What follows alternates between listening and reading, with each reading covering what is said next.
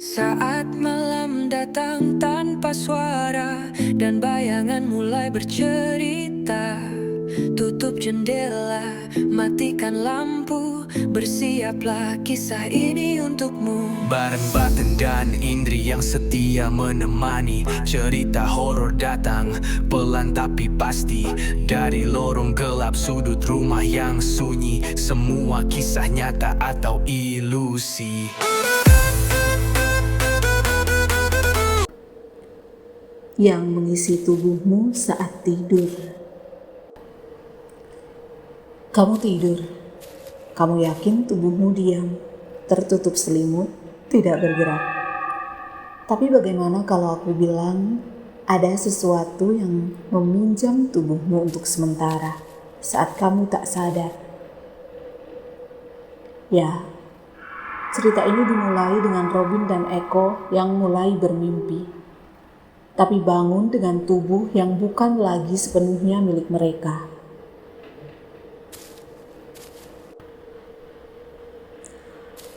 Robin mulai merasa aneh sejak seminggu terakhir. Setiap pagi, sepatunya penuh lumpur, tangannya lecet. Kadang ada bekas tanah di kuku kakinya. Padahal, malam sebelumnya ia hanya tidur. Eko juga begitu. Tapi lebih parah, ia bangun dengan luka di lutut dan coretan aneh di balik bajunya, seolah tubuhnya telah dipakai. Mereka memasang kamera tersembunyi di kamar masing-masing, dan malam itu mereka melihat dirinya sendiri bangun. Tapi bukan bangun biasa. Robin berdiri, matanya tetap terpejam. Ia berjalan ke jendela, berbisik keluar, "Sudah saatnya aku gantian." Dan tubuhnya keluar rumah, kembali sebelum subuh, lalu masuk selimut lagi.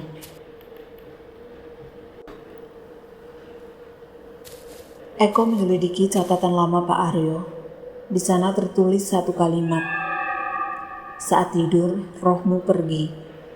Dan kalau kau terlalu lama kembali, ada yang lain yang akan menempati tubuhmu." Mereka sadar tubuh mereka sedang dipinjam, tapi oleh siapa? Robin melihat fotonya di handphone seseorang yang tidak ia kenal. Eko menemukan email terkirim dari akunnya sendiri ke alamat asing. "Tubuh ini bagus. Aku akan tinggal lebih lama." Mereka bahkan menemukan rekaman suara Robin tertawa sendiri dengan suara yang sedikit berbeda.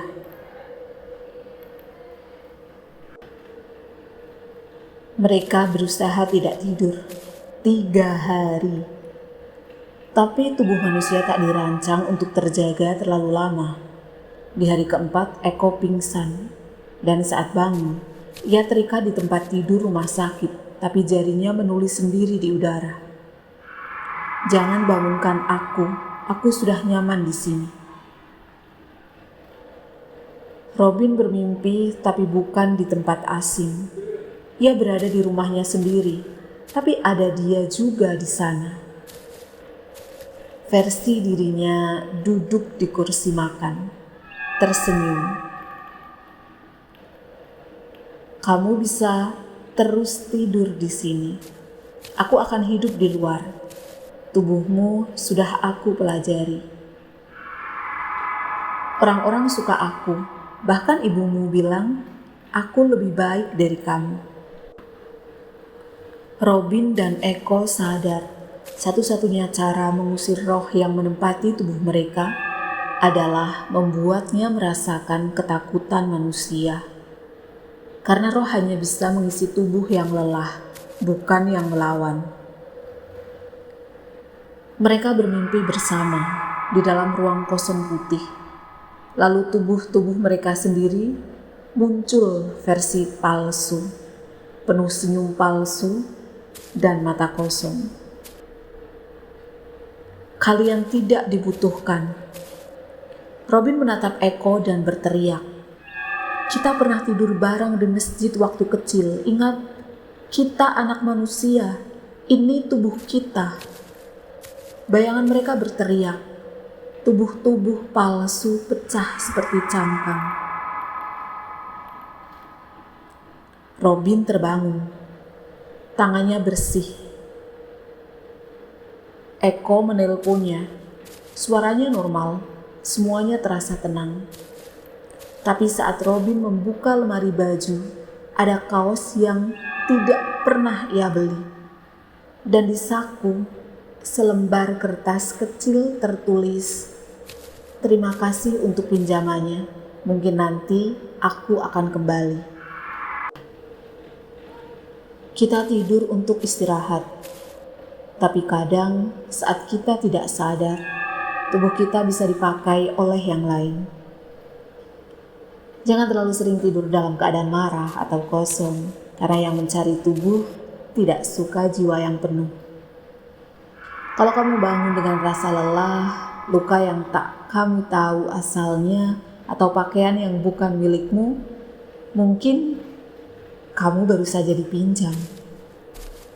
Saat malam datang tanpa suara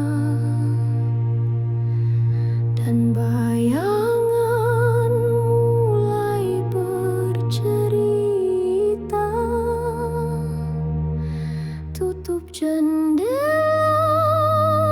matikan lampu, bersiaplah kisah ini.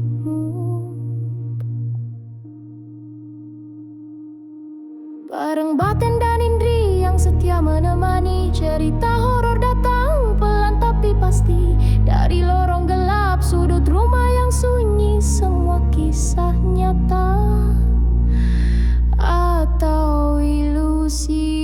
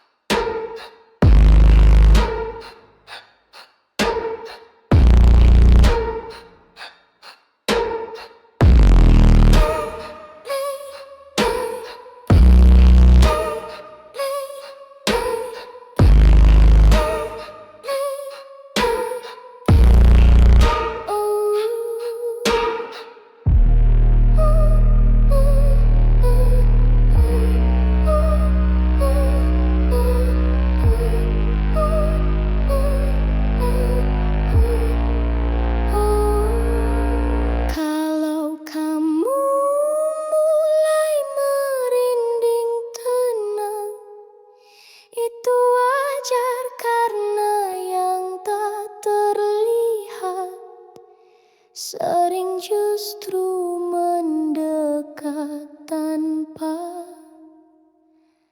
sadar.